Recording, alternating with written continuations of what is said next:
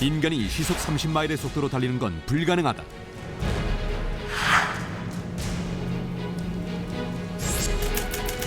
인간이 만든 기계를 타고 하늘을 나는 것은 불가능하다.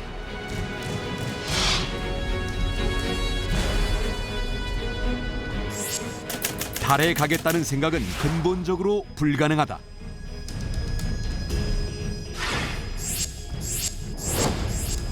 인류는 불가능한 상상 덕에 진화해왔다.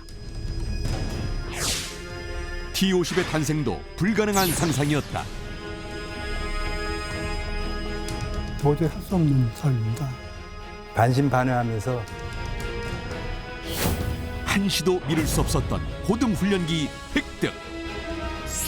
공군의 고등훈련기 소회가 1996년도였습니다. 국내 개발은 불가능한 상상.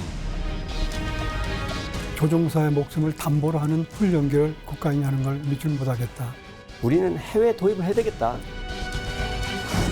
이번마저 해외에서 도입한다면 우리의 하늘에 미래는 없다. 국가연에서 고등훈련을 개발하겠다. 기적 같은 일이고 국가로서도 이게 행운이에요. 금기를 넘어 불가능한 상상을 실현한 골든이글 탄생의 실화. 불가능에 도전하다. T-50 골든이글 개발사.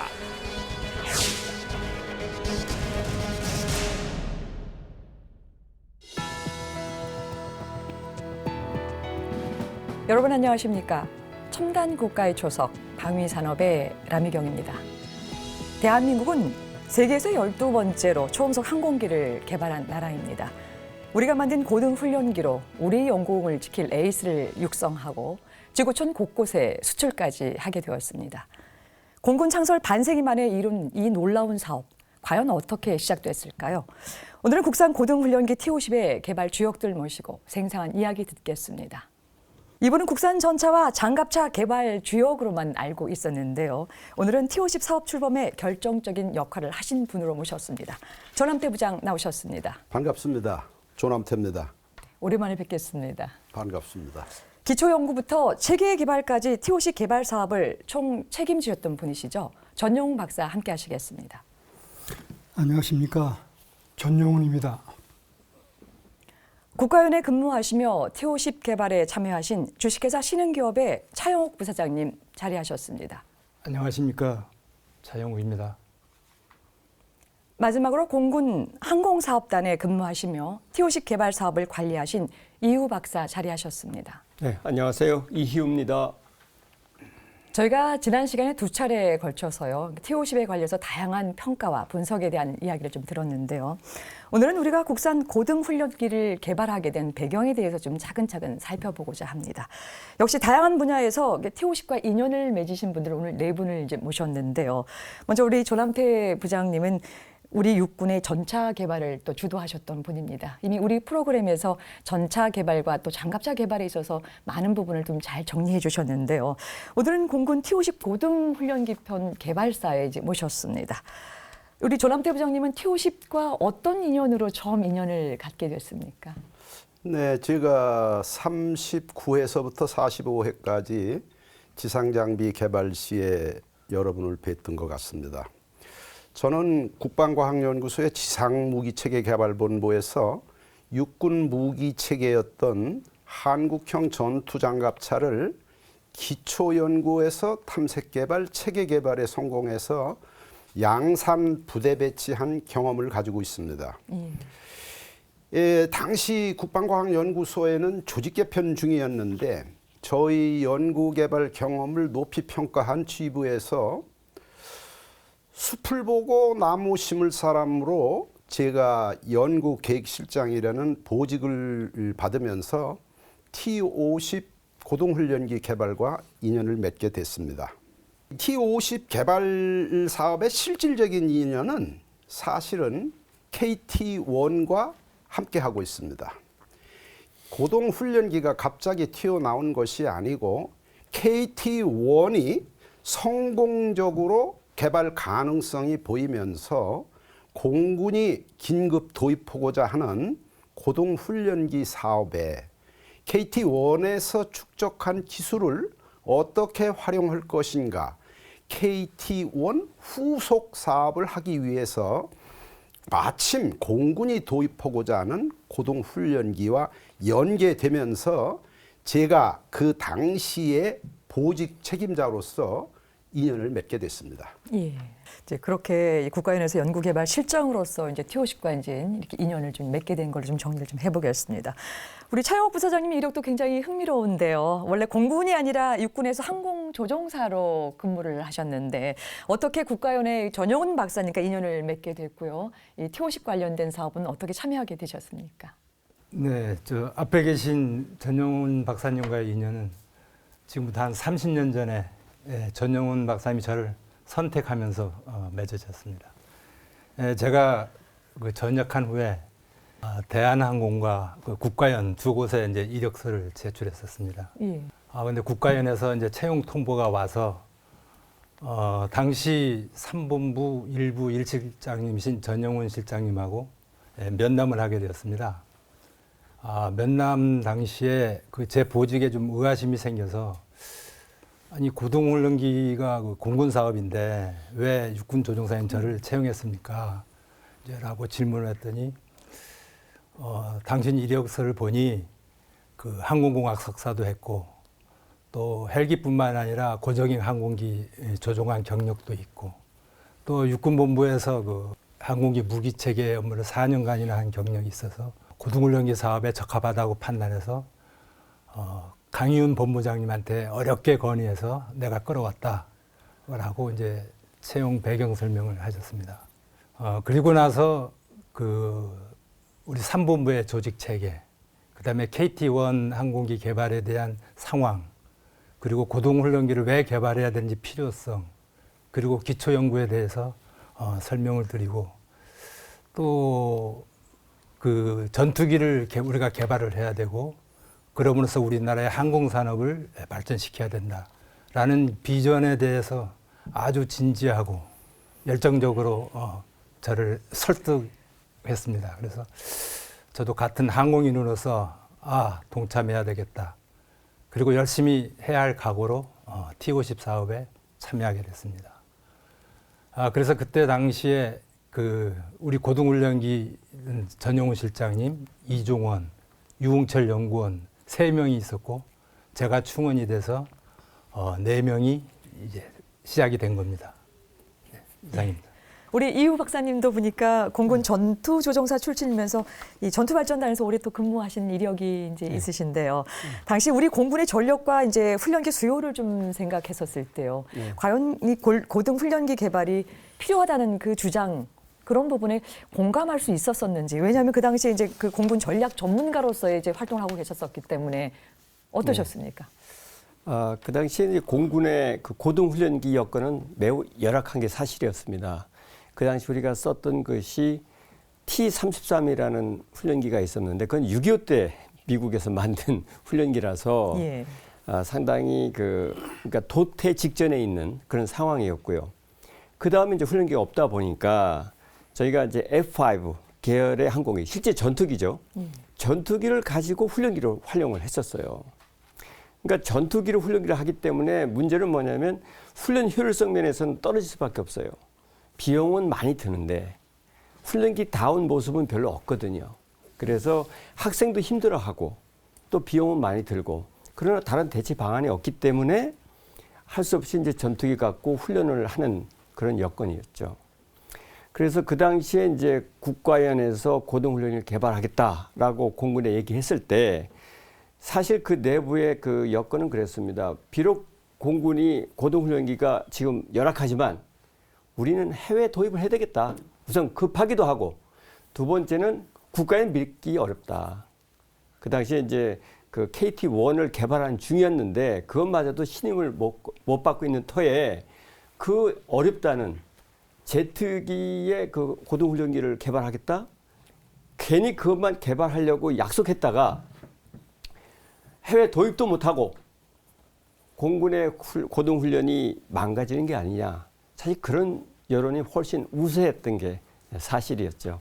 그래서 사실 국가인으로서는 아마 공군의 그러한 사업을 제안하고 그걸 구현시키기까지는 상당히 어려움이 것 같습니다. 예. 예. 실제 이제 공군 전력도 그렇고 또 공군에서 이 훈련기의 수요가 좀 있었어야 되는데 ADD를 믿지 못했다라는 지점도 굉장히 뼈아프게 좀 받아들여지고 상황이 굉장히 어렵다는 생각으로 좀 정리를 좀 하겠습니다. 말씀 잘 들었습니다. 여러분께서는 지금 첨단 국가의 초석 방위 산업을 시청하고 계십니다. 그 당시에 이제 공군의 그 고등훈련기 여건은 매우 열악한 게 사실이었습니다. 그 당시 우리가 썼던 것이 T-33이라는 훈련기가 있었는데 그건 6.25 때 미국에서 만든 훈련기라서 그러니까 도태 직전에 있는 그런 상황이었고요. 학생도 힘들어하고 또 비용은 많이 들고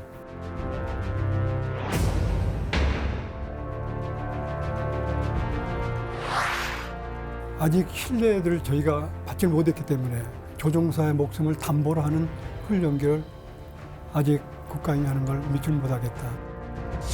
직구매를 하게 되면은 3, 40년 동안 아무것도 연구를 못 하게 된다는 결론이 납니다.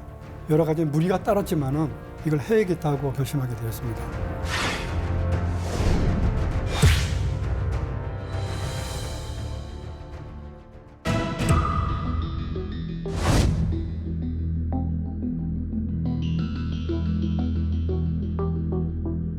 미국에 예속되어 있는데 이번엔 또 영국에까지 예속될 이유가 없지 않습니까?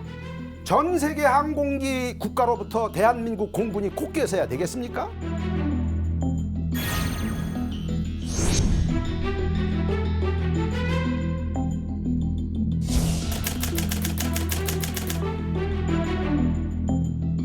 굉장히 옛날 얘기 같습니다. 지금부터 거의 32년 전 얘기인데 우리가 우리 손으로 만든 항공기를 우리 영공을 지키겠다는 이런 생각하기에 항공기를 개발하겠다는 꿈을 가지고 국방과학연구소에 부임을 받았습니다. 부임을 받고 보니 당시 진행 중이던 KT-1 사업이 중단된 상태였습니다. 고등훈련기 국내 개발이 논의되기 시작할 때 국방과학연구소에서는 기본훈련기 KT-1 개발이 한창 진행 중이었다. KT-1 사업은 단순히 특정 기종의 항공기 개발만 의미하는 것은 아니었다. 최초의 사업인 만큼 성공 여부에 따라 엄청난 파급이 예상됐다. 가장 직접적인 파급 중 하나가 고등훈련기 개발이었다. KT-1 기본훈련기 개발에 실패한다면 고등훈련기 개발은 이야기조차 꺼내기 어렵게 되는 것이다. 다행히 수많은 사람의 노력과 희생 덕분에 KT-1 사업은 명품 항공기를 탄생시키며 성공했다. 하지만 고등훈련기 개발 여부가 논의되던 당시에는 KT-1 사업마저 진통의 연속이었고 당연히 고등훈련기 개발에도 힘을 실어주기 어려웠다. 결국 고등훈련기 도입이 시급했던 공군은 신뢰하기 어려운 국내 개발보다는 이미 검증된 해외 완성품을 수입하는 쪽으로 기울 수밖에 없었다.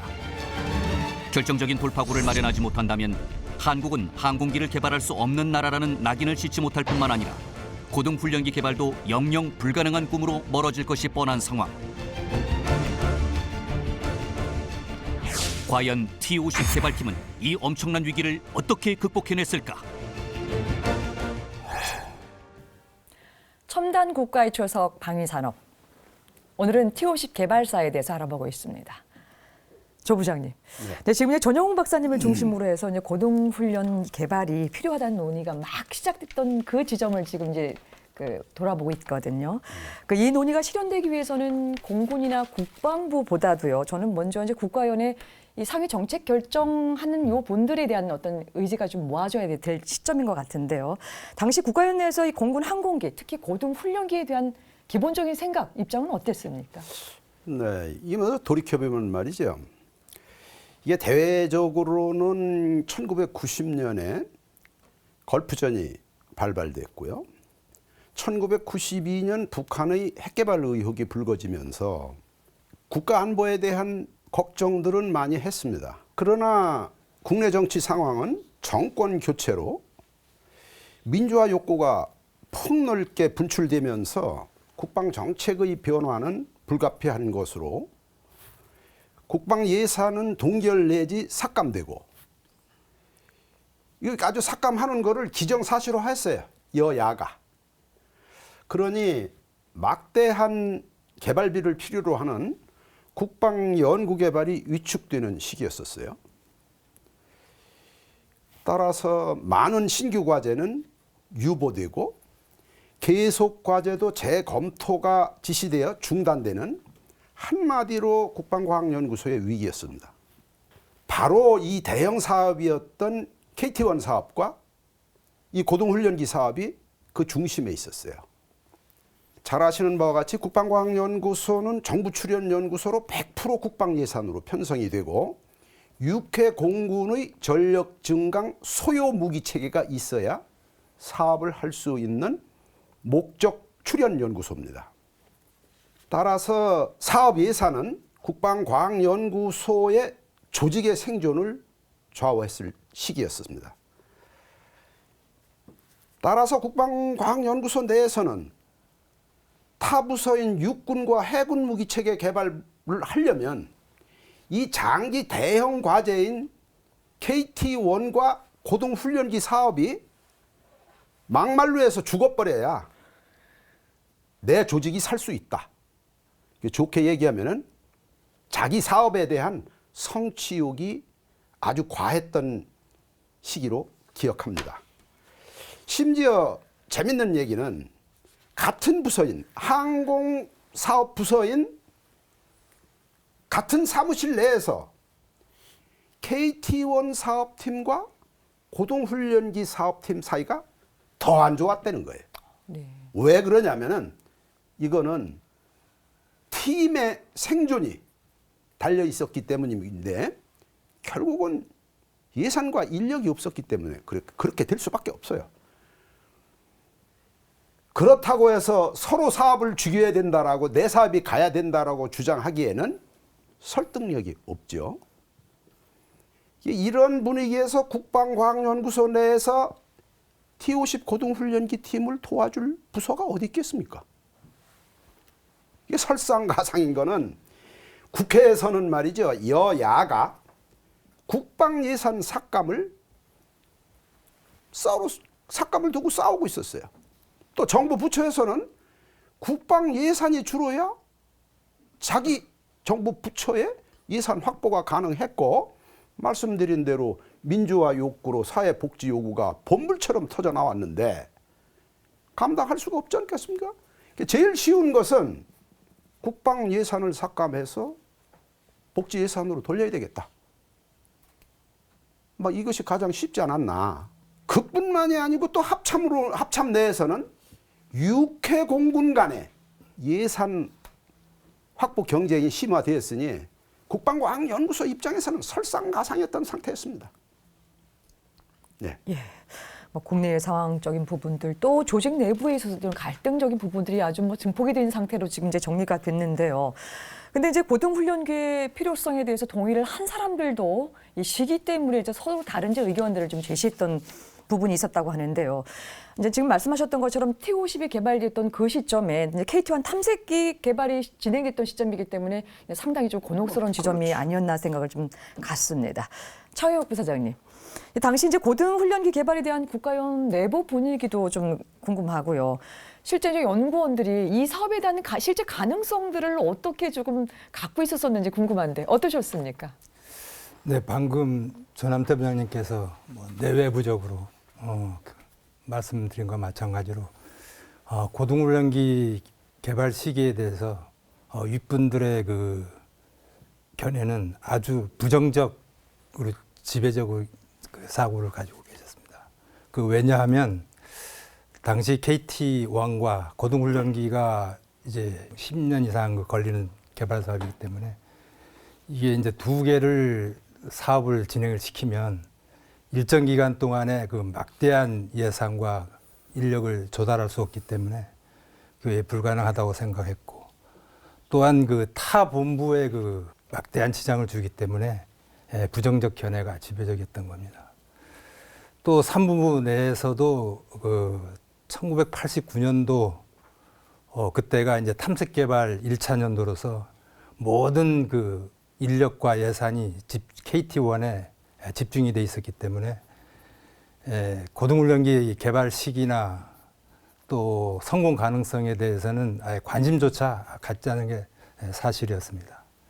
그래서 그 우리 3본부 제가 속해 있던 기초연구실마저도 과연 사업이 갈지 말지 성공을 할지 반신반의하면서 기초연구를 수행했었습니다.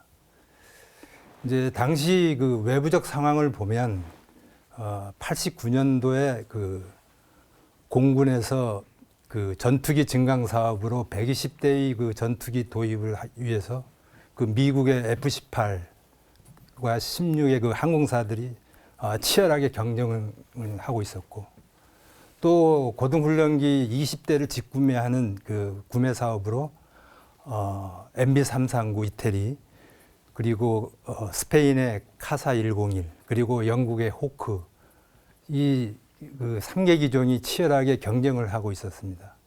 또한 그 해군 초계기 사업도 직구매로 이제 사업이 되고 있었습니다. 이제 이렇게 그 고등훈련기 사업에 대한 시기나 가능성이 이제 부정적으로 이제 기울자 요 앞에 계신 전용훈 실장님은 고심을 많이 하셨습니다. 이 사업이 가지 못하겠구나. 그래서 이제 그 많은 고심을 한 끝에 새로운 묘안과 그 방안을 착상을 하신 겁니다. 경쟁사들에게 고등훈련기 기술 이전을 절충교역으로 유도를 하자. 그러면 시기도 우리가 원하는 대로 할 수 있고, 그 다음에 예산이나 인력도 우리가 대처할 수 있는 방안이 된다. 그래서 우리 실원들을 모아놓고 나름대로 자세한 계획과 방안을 설명을 하였습니다.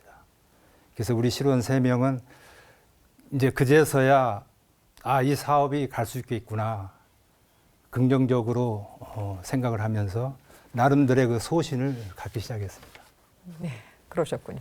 전 박사님, 뭐 지금 듣자 하니까 뭐 하나도 뭐 긍정적이고 희망적인 사안으로 갈 수 있는 부분이 이제 없는데요. 이제 실제로 국가연 내에서 이제 고등훈련기의 개발 시점을 두고서 많은 이야기가 오고 간 걸로 이제 알고 있습니다. 이제 구체적으로 어떤 이야기들이 오고 갔는지 궁금하고요. 당시 이제 항공기 개발 역량이나 환경적인 요인들, 뭐 기술적인 측면들도 그렇고요. 그런 부분들을 고민해 보면 당연히 KT-1 개발을 끝내고 나서 그 다음에 이제 고등훈련기가 들어와야 될 것 같은데 왜 그 당시에 우리 전 박사님께서 이렇게 끝까지 밀어붙여셨는지 그것도 궁금합니다. 예, 그 현존한 상황을 생각하려면은 당연히 KT-1이 끝나고 그 다음에 고등훈련기가 시작이 되어야 됩니다.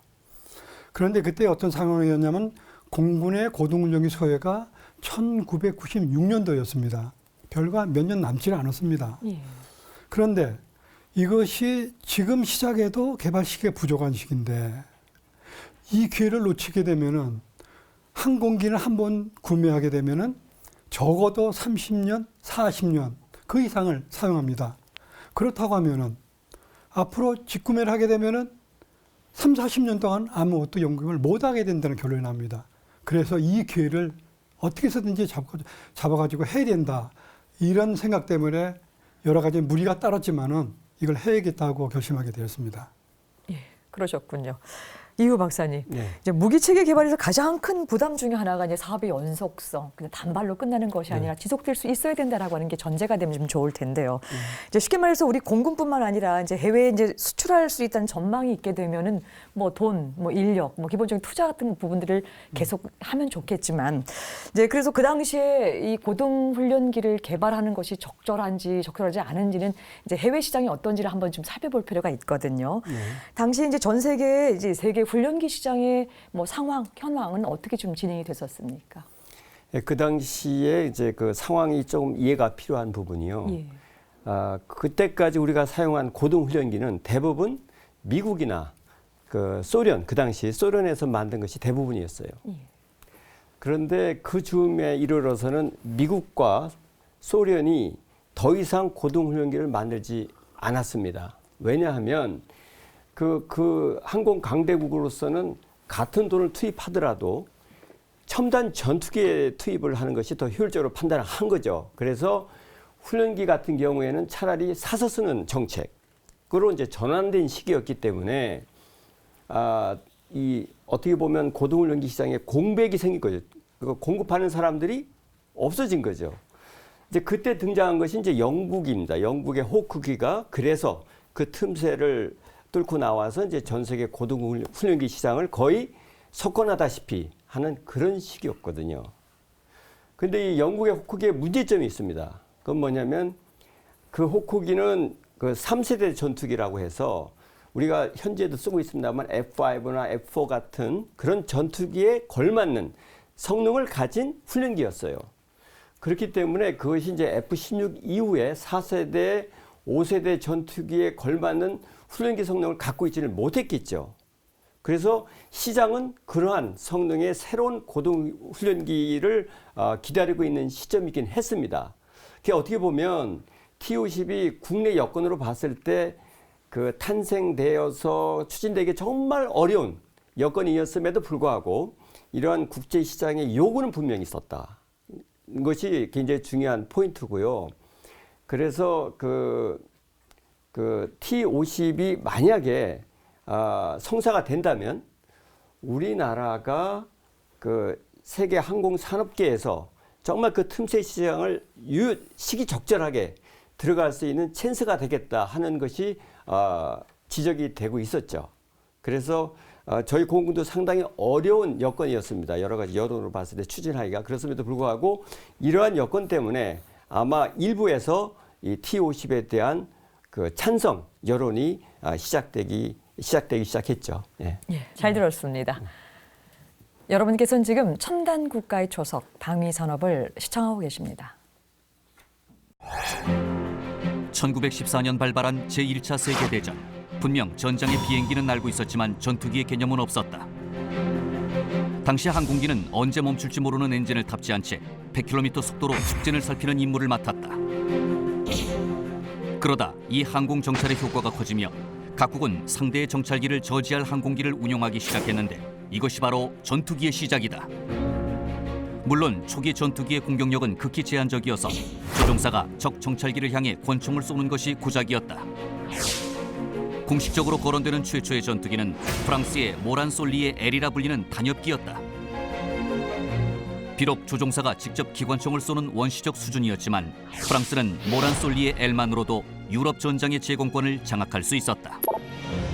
전투기의 발전 과정상 본격적인 제1세대 전투기가 등장한 것은 제2차 세계대전 직후부터였다.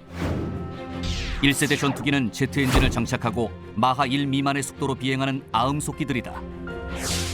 대개 1톤 미만의 무장을 장착할 수 있으며 조종사의 유관에 의존해 기관포로 공중전을 수행했다.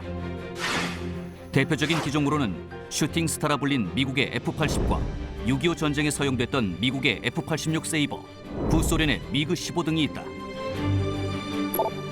2세대 전투기는 마하 1 이상의 초음속 비행 성능을 갖춘 전투기로 레이더와 단거리 공대공 미사일을 장착했다. 대표적인 기종으로는 미국의 F-100 슈퍼 세이버와 구소련의 미그 19 등이 있다. 3세대 전투기는 음속의 2배가 넘는 속도로 다양한 항공작전을 수행할 수 있는 전투기다. 고성능 다목적 레이더 장착, 중거리 공대공 미사일 운용 능력 보유, 공중급유를 통한 장거리 비행 능력을 갖췄으며 1960년대 초에서 1970년대에 개발돼 주로 베트남전에서 활약했다. 대표적인 기종으로는 미국의 F-4 팬텀2와 F-5, 구소련의 미그-23, 미그-25 요격기 등을 들 수 있다. 4세대 전투기는 주로 1970년대부터 1990년대 중반까지 개발됐으며 컴퓨터 제어와 고성능 레이더 시스템 그리고 중거리 미사일을 장착한 전투기들이다. 대표적인 기종으로는 미국의 F-14 톰캣과 F-15 이글, F-16 펠컨, 구소련의 미그-29 등이 있다. 5세대 전투기의 가장 큰 특징은 스텔스 기능이며 최신 항공 전자장비를 장착해 먼저 보고 먼저 쏘는 개념으로 전투한다. 미국의 F-22 래퍼와 F-35 라이트닝, 러시아의 수호이 파크파 등을 들 수 있다. 과학기술의 발전과 더불어 전투기의 진화는 지금도 진행 중이다.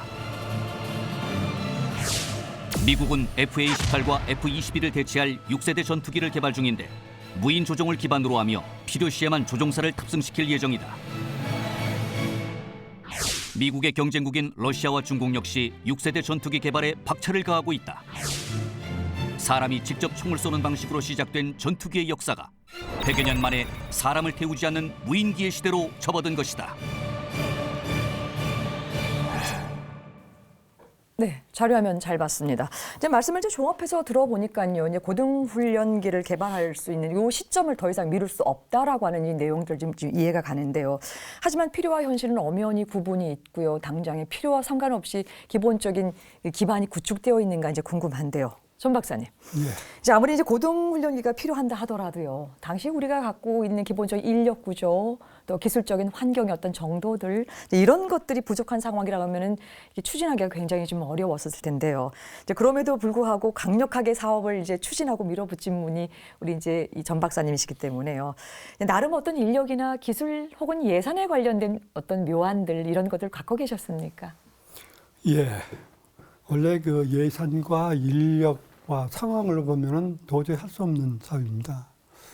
그래서 저는 그때 착안했는 게 그 절충 교육을 활용해야겠다. 우선 절충 교육에 대해서 조금 설명드리자면은 절충 교육이라는 것은 우리가 해외로부터 무기를 구매할 때 그 무기 구매 대맥의 약 일정 부분을 반대급부로 상대 그 판매하는 그 회사에서 뭐 기술 제휴를 한다든가 아니면 제작 물량을 준다든가 이런 제도가 있습니다. 예.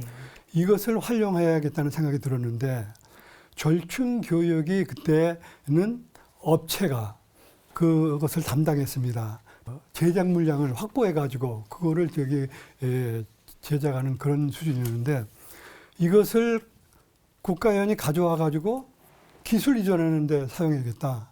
그래 가지고 당시에 그 업체에서 그 절충교육 하는 것을 제가 국방부에 건의해 가지고 국가연으로 가져왔습니다.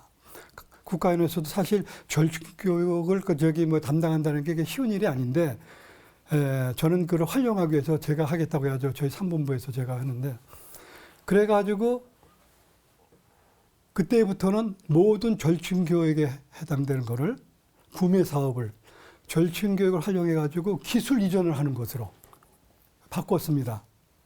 그래서 고등훈련기 처음에 그 기초연구할 때도 사실 적은 예산이 채택했는데 그거 가지고는 어떻게 할 수가 없습니다.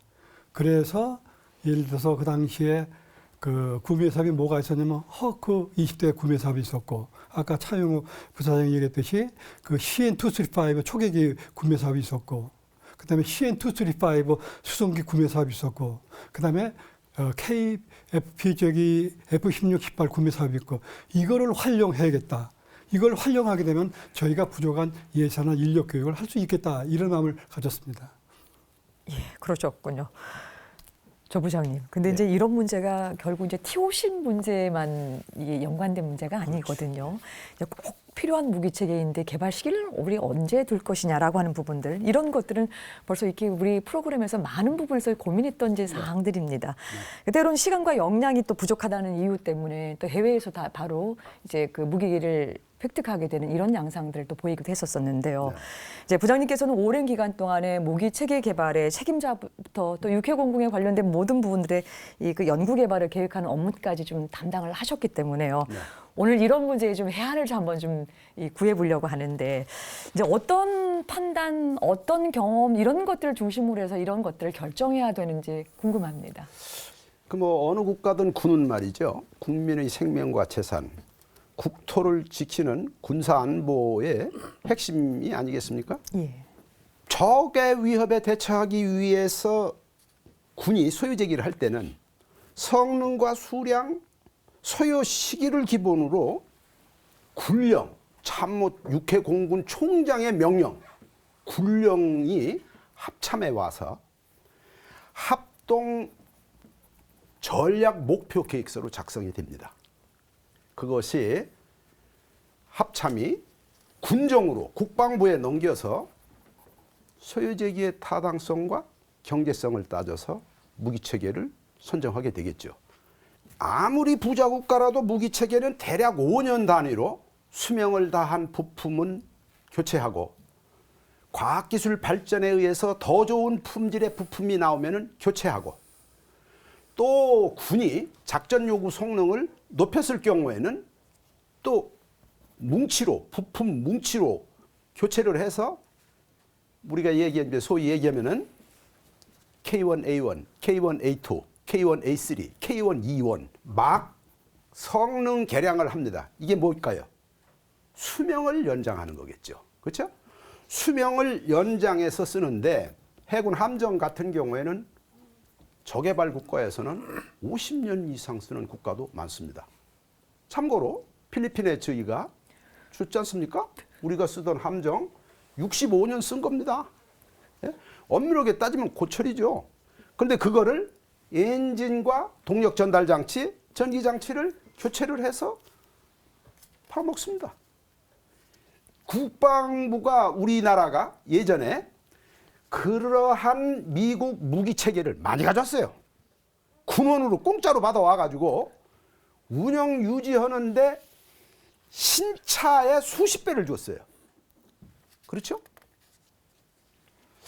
이거는 참 문제가 있다.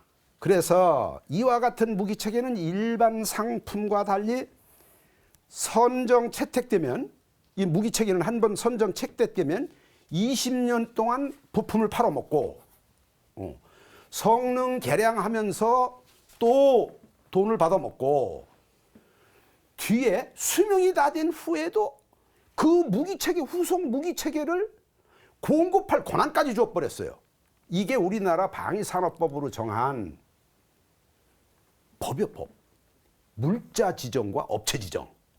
그래서 지금 현재 체계업체와 부품업체로 방위산업업체가 딱 결정돼 있어요.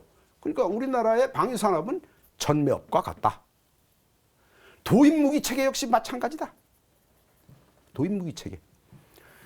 F-16을 물고 들으면 그 다음 후속 무기체계가 꼬리를 물고 업체를 바꾸는데 어려워. 더군다나 국가를 바꿔? 이거 아무리 외국 국가에서 좋은 조건을 제시한다 하더라도 기존 쓰고 잔여 수명이 남아있는 무기체계의 종합군수지원 체계를 바꿔야 되기 때문에 못 바꿔.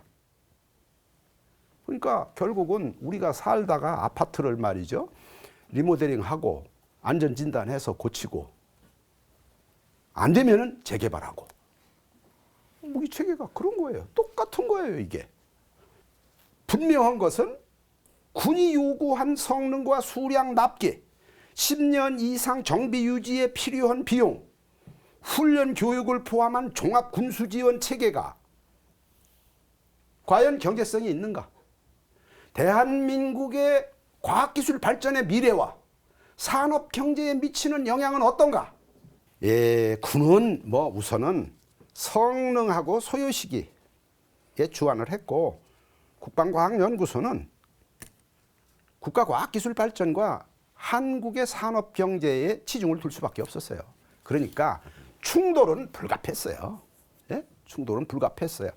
그러니까 이유 장군이 이 소유제기를 공군에서 할 때 국방과학연구소가 좀 신뢰를 좀 가졌으면 모르는데, 이 KT1 사업이 말이죠, 이게 126년에 5년에서 8년으로 1000억으로 늘어가면서 또 2년이 연장돼서 10년 걸리는데, 참 저도 연구개발 사업 계획 관리를 하고 국방과학연구소 조직 관리를 해야 되는 실무 차원의 실무요원 입장에서 공군 총장님 뵙고 KT1도 개발이 안 끝났는데 고등훈련기 하자는 말이 입이 10개라도 안 나오더라고요.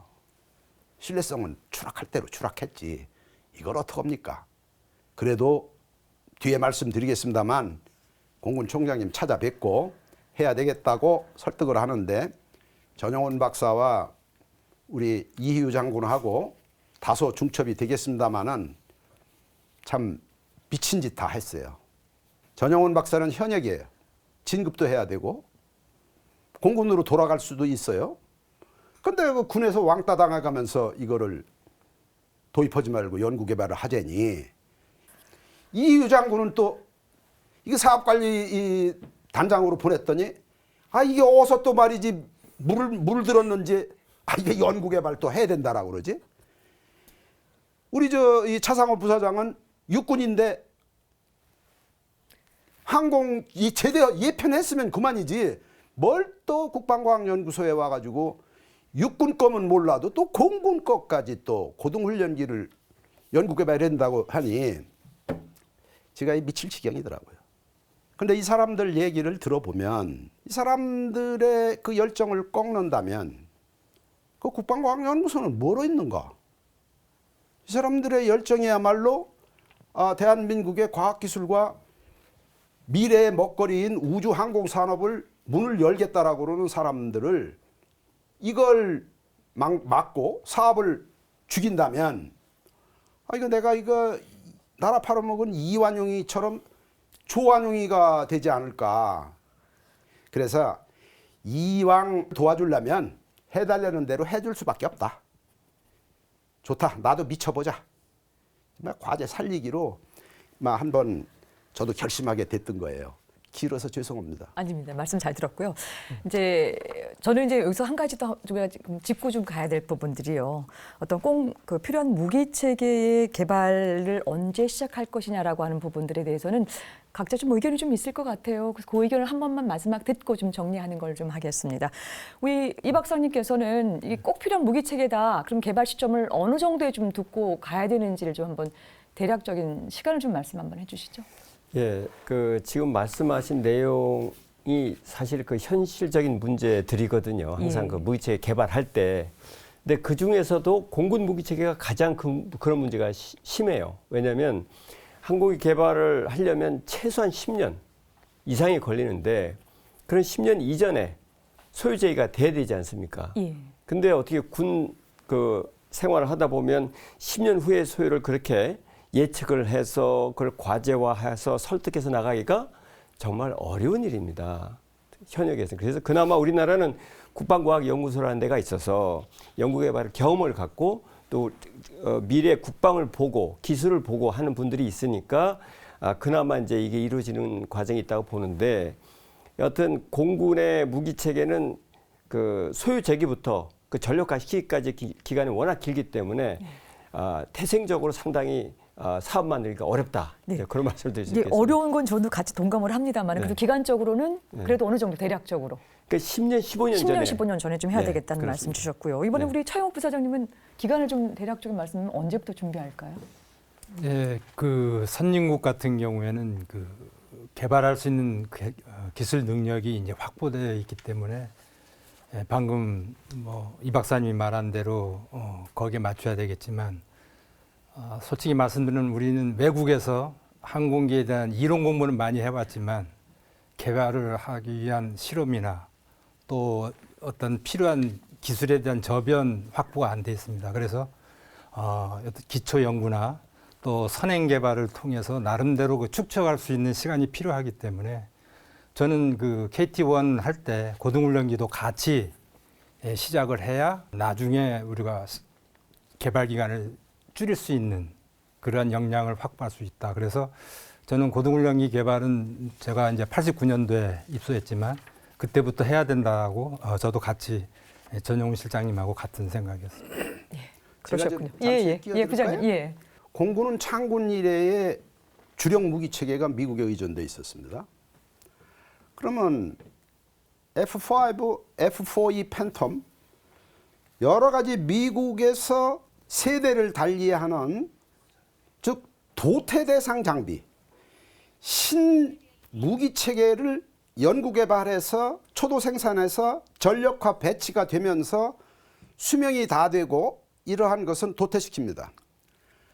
도태 대상 장비를 우리가 가져왔어요. 예전에 최신의 전투기는 안 줍니다. 돈 줘도 안 줍니다. 그런데 좀 서글픈 거는 뭐냐면은 40년 전, 50년 전 미국으로부터 전투기를 도입할 때 미국이 수명이 다 되고 도태를 해서 할 때 왜 연구개발 소유제기를 동시에 하지 않았느냐. 동해물이 마르고 닳도록 쓰는 게 무기체계가 아니란 말이에요. 끝난다고요, 수명이. 그 다음 또 도입하겠다는 얘기예요? 아니잖아요. 그때 왜 연구개발 소유제기를 안 했느냐. 도입 무기체계는 지금 육해 공군이 긴급해서 도입해야 되겠다. 말릴 수가 없어요. 도입하십시오. 그러면서 총장은 이거 해외에 의존되니까 안 된다. 도입과 동시에 차기 세대는 연구개발을 하다오. 두 가지를 해야 돼요. 연구개발 소요제기와 도입 무기 두 가지를 동시에 해야 된다 이거야. 동시에. 그러한 측면에서 이 장군이 사업관리 단장했고 고동훈련기에 전영훈 박사가 와 있어. 현역이야. 양반은 전투기 조종사입니다. 이 사람들이 T-50 고동훈련기 도입과 동시에 기초연구까지 하겠습니다. 그리고 도입 조건에다가 사업기간 단축과 예산, 기술 위험성을 배제하기 위해서 한국이 수십 년 동안 개발해야 될 기술을 도입 조건에 집어넣어서 그 기술을 준다면 도입을 하고 그렇지 않으면 도입해서는 안 됩니다. 이거는 미국에 예속되어 있는데 이번엔 또 영국에까지 예속될 이유가 없지 않습니까? 있을 수 없는 거죠. 그러한 측면에서 이 전영훈 박사, 이휴 장군, 이 차영옥 부사장 이분들이 이것을 도입과 동시에 연구개발 착수하게 된 것은 T-50 개발 성공에 이거는 기적이에요, 기적. 이거 우리나라에 이런 예가 수십 년 전에 없었어요. 있을 수가 없어요, 이게. 그런데 공군 총장이 오케이. 국방부에서 결심했고. 이런 세 분들이 있었다는 것은 이것은 기적 같은 일이고 국가로서도 이게 행운이에요. 행운. 저는 그렇게 생각합니다. 오늘 이제 네 분 모시고 국산 고등훈련기 T-50에 관련된 이 연구의 개발 과정 또 배경만 보더라도 굉장히 조금 흥미진진한 이야기였습니다. 말씀 잘 들었습니다. T-50은 뜨거운 격려와 응원이 쏟아져도 장담할 수 없는 사업이었습니다. 하지만 응원은커녕 사업을 시작하기 전부터 반대하는 목소리가 높았습니다. 과연 T-50 어떻게 완관 내부의 반대를 뚫고 비상했을까요? 그 이야기 다음 이 시간에 이어가겠습니다. 시청해 주신 여러분 고맙습니다.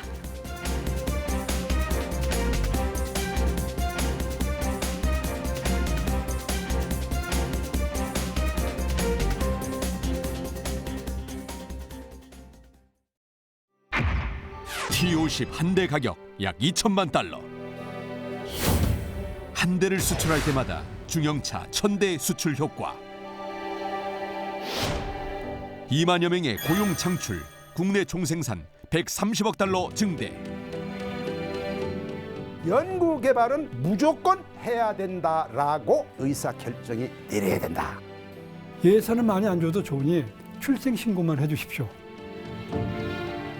이 엄청난 명품 항공기의 첫 연구 예산은 단돈 530만 원. 530억이 아니고 530만 원이라는데 충격 아닙니까? 연구계획실장으로서 진짜 부끄럽습니다. 비록 복사비 정도로 우리가 이제 생각할 수 있지만 고등훈련기 도입이 시급했던 공군. 개발 기간은 약 한 12년에서 14년. 국가위원들이 이 공군의 전력 증강을 방해하고 있어 이렇게 호통을 치시더라고요. 기본 훈련기 개발조차 순조롭지 않았던 상황. 가장 중요했던 것이 개발의 가능성이 있느냐. KT-1 사업을 하면서 신뢰성을 잃어버렸어요. 누가 봐도 해외 구입이 당연한 일이었지만 결코 개발을 포기할 수 없었던 사람들. 현존하는 고등훈련기나 우리가 개발할 수 있는 능력으로 그 정도는 우리가 할 수 있다고 이제 판단을 했고, 대세를 거스른 사람들의 끈기와 단돈 530만 원으로 시작한 국내 최초의 초음속 항공기 T-50 골든이글의 개발 비화.